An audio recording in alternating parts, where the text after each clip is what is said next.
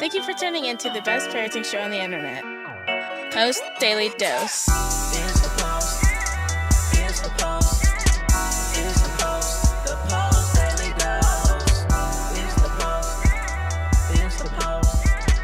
It's the Post. The Post Daily Dose. It's the Post. It's the Post.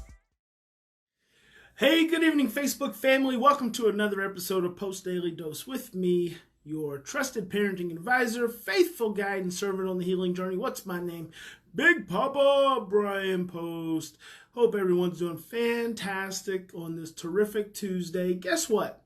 Today is episode 200 of Post Daily Dose. It's actually probably more than that, but I kind of lost count, so then it just kind of skipped videos that I've posted. I don't count some I do count, others I don't count. We're going to call it 200. It's a celebration, and we're going to celebrate because it is Foster Care Awareness Month. And today's episode, we are going to be continue talking about 10 things every foster parent should know. And today is number 2. Foster care is trauma. This reminds me of a time I was in Australia, and I was doing an interview for National Public Radio, NPR in Australia, and the interviewer, she was mentioning foster care and foster carers is what they refer to them in Australia, down under and over in New Zealand. They're carers. I don't think they do that in the UK. Hey, Brenda, thank you so much. Yes, it is. Happy Tremendous Tuesday. And so she mentioned something about foster care and adoption, and I said, well, what we have to realize is that both foster care and adoption are traumatic. And she said, well, what do you mean when you say they're traumatic? I mean, those are very good things. Those kids come from really difficult circumstances. And I said, yes, that's true. But if a child is in foster care, if a child has been adopted, that means they've already experienced trauma in their life, and that trauma can alter their brain. And that is something that we really need to stay cognizant of and to remember and to think about and to pay attention and to commit to memory. Hello, Lizzie. So awesome to see you again. And I'm glad you enjoyed learning there in Traverse City at the Grand Traverse Resort. So thanks for joining us for Post Daily Dose. So it's important for us to understand that if a child is in foster care, they have already experienced a trauma. And it's not just something we need to remember. If I could impress upon you, you're only going to get a snapshot of the child's experience. And this doesn't matter the age. It could be an infant. Could be a 5-year-old, could be a 10-year-old, could be a 15-year-old. You're only going to receive a snapshot of what that child's life has been like before you. If it's an infant, you are only going to get, 3 sentences to a paragraph. Now think about this. You're going to get 3 sentences to a paragraph of what that child's in utero experience was like, what their birth mother went through in her own life, number one, because that's DNA, that's the genetic programming. So what that experience was like for her as a child to lead her to an experience to where she would have to no longer be able to care for her child and to place the child for adoption. And it's interesting because April, this weekend, which Lizzie was just mentioning. Hello, Katie from Lawrence, Kansas. April Dinwoody was mentioning that we talk about placing children up for adoption, and then she used this depiction of slavery, how we used to put slaves up for adoption and they'd be auctioned on. So it's very interesting some of the terminology that we use and how long we've been using it. So getting back to the point of a biological mother cannot care for her child. We only have a snapshot, and the snapshot is typically that they couldn't care for the child, especially if it's an infant, for whatever reason, whatever circumstances. But what we fail to remember is that child's imprinted with that woman's DNA, and there was a father somewhere along that line, and that child is imprinted with that father's DNA. Now, research tells us that there's no separation between nature and nurture, that actually nurture has a bigger impact on nature than vice versa. So that's pretty important. So the environment can change the DNA. We do know that. Hey there, Faye Post. Hey, Tracy. Good evening, Caitlin. It's good to see everyone. And so because we only get that snapshot, we just don't, it's so hard for us to emotionally comprehend what our child is coming into our home with, what their imprints, their neural imprints, their cellular imprints, their emotional imprints, their spiritual imprints, what their blueprints for their early life have been. Like, and again, I'm going to say, like, even for an infant, as early as the 4th week after conception, the fetus is capable of hearing. As early as the 2nd trimester, the fetus is capable of psychological processing. I encourage all of you to read Thomas Verney's Secret Life of the Unborn Child. Thomas Verney, The Secret Life of the Unborn Child. And he actually wrote a couple of different books. But we forget these things. And then, they're 5. Let's say they've been in several different placements. All we have a tendency to do is focus on what's in front of us. Hey, Ellen, and it reminds me, I was talking about you on Morning Motivation this morning, Ellen, how awesome you're doing with your real estate.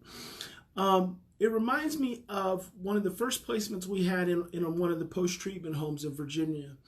And in the psychological report, this young lady was 16 years old when she came to us. And in the psychological report, it said that she was incapable of human attachment.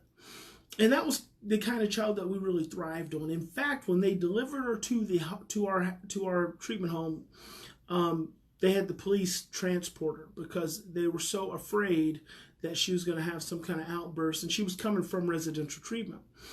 And we brought this child into the home, and I don't think, because not only did we understand that not only is foster care trauma, but we understand that this child had lived a traumatic life, that this child continued to operate from a baseline of stress and fear and overwhelm. And my house parents, Harold and Edna Crawford, they understood that in this child's brainstem she was found, when she was picked up by foster care, she was found in a garage, like a warehouse kind of place, by herself. And it's so interesting that just by having an awareness and being able to comprehend, I'm so glad Mason's doing well, Tracy. That's fantastic. Hey, Anne Marie, and I'm glad. Thank you for the compliment. It's so because we understand trauma and because we understand fear. Because we understand the way trauma impacts the brain and the fact that it's buried in the child's brainstem, we understood what that child came into our treatment home with. And we started working with her from that perspective. One of the first things that occurred, and she was 16, it was said that she didn't like to eat in front of other people. Fine. You don't have to eat in front of us, because I remember we prepared a meal. And one of the first things we did was we sat down and ate. And she actually sat down at the table. She didn't eat very much, but she sat down at the table. And that actually began a process where before long she was eating just fine right along with everyone else. And complaining about the food readily and sometimes helping to cook. But it began a process of looking at this child, this 16-year-old child, and seeing her from a lens, seeing her from an understanding of fear and sensitivity and pain. When you can look at a child, when you can look at a foster child, and you can honor even an adopted child, and you can honor that you don't know every detail, because you don't know every experience. You don't know every thought that bio mom had. You don't know every emotional expression that biological father cast towards that mother. You don't know the circumstances of that 9 months. And then you don't know what that birth was like. You don't know what that experience in the hospital was like. You don't know what each of those days was like in those different foster homes, and the years of being in residential placements, and the physical abuse and the sexual abuse and the medication. All of these very scary things that go into hardwiring this child's brain. And because you don't know those things, you have to approach the child with a level of reverence. You have to approach them with a level of honor, a level of grace.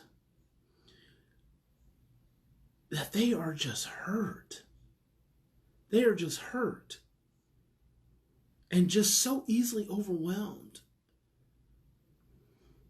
And when you can find that emotional place within you, where you can look at that child, and you can just pause, and you can just begin to fathom the pain and the overwhelm and the sadness and the rejection and the loneliness, and just find that emotional place within you that just goes, oh my God, my God, my God. This child who's only been in this world for 16 years has lived this life. Wow, this is not going to be easy. But when I approach a child from that place, when my treatment home parents were able to approach that child from that place, we were able to connect with that young lady. And that young lady was able to attach to them. She was able to attach to them. So not only did the psychological report about her being incapable of human attachment become total BS, but they were able to bond to her. And when she turned 18, they didn't stop loving her. She didn't stop loving them. And she's now, I think, 30 years old. God, that doesn't seem right. Has it been that long? Maybe she's 27. And she's still their daughter. And she's making it. And she reaches out to me. She just reached out to me a couple weeks ago. And I'm going to get to see her this week. I'm going to see her this weekend. That's the power of really seeing a child from where the child is at. And when you're raising these foster children, I want to encourage you to see them where they're at, not where you think they should be. See them where they're at. And that is not easy. That is not easy. But if you want to have optimal success as a foster parent, you've got to be able to see that the child you have in your midst, and so many of us, we can have a foster child for a year or 2 years, and we're like, you should be over all this stuff, without honoring the fact that they spent 10 years in trauma and neglect and deprivation. And at the very least, it doesn't matter if they spent no years in neglect and abuse and deprivation, no years at all. You are holding in your midst, you have in your presence, a motherless child, a child who lost their mother and may have never known their father. If that by itself isn't enough to generate the deepest level of empathy and compassion, it's going to be hard if you can't get to that place. And see, we don't even think about it. So I want you to think about it. That's why I'm telling you these things. Because otherwise what happens is you get so stressed. And when you get stressed as a parent, you move into survival. And then you can't connect to any of that. We always talk about these children not having a conscience. The only reason a child, just like an adult, doesn't demonstrate a conscience in a moment is because they are stressed out and in survival. You give that child an opportunity to relax and settle down and calm down, you'll see a conscience. You'll see a joyful child. You'll see a child who apologizes for whatever issues that they may have or behaviors they may have. We all do it. You become stressed and you move into survival, you can't connect. And so it's so important. That's why I talked summarized yesterday. The first thing you got to do as a foster parent is you got to get aware of your own stuff. Because if you're not deeply aware of your own stuff and that child's behavior shows up, you're going to move into survival. And when you move into survival, you're going to lose your ability to connect and have empathy for that child. And when you lose your ability to connect and have empathy for that child, then you just start going through the motions. And that's like a ticking time bomb. These children need love, they need support, and sometimes you have to love them very hard. And you have to be willing to go through some really tough stuff to get through all of that fear, to get to that tender place, to get to that loving place. So that's number 2. Remember, foster care is a traumatic event in a child's life, and you are dealing with a stress-sensitive, fearful child at any age, stress-sensitive and fearful. Remember, in any given situation, we always have 2 choices. We can continue to react from our same blueprints of stress and fear and overwhelm, or we can stop. We can take 3 to 10 deep breaths. We can slow down. open our hearts, and choose love. God bless you. Big Papa loves you. Remember, if you don't already have a copy of From Fear to Love, please get it. Please, please, please get it. Please get it and read it. And I'm sending you the audiobook. Listen to it over and over and over and over and over and over and over again. 200 episodes, guys. How awesome. Thank you so much for all your love and support. Have a fantastic evening. We'll see you tomorrow.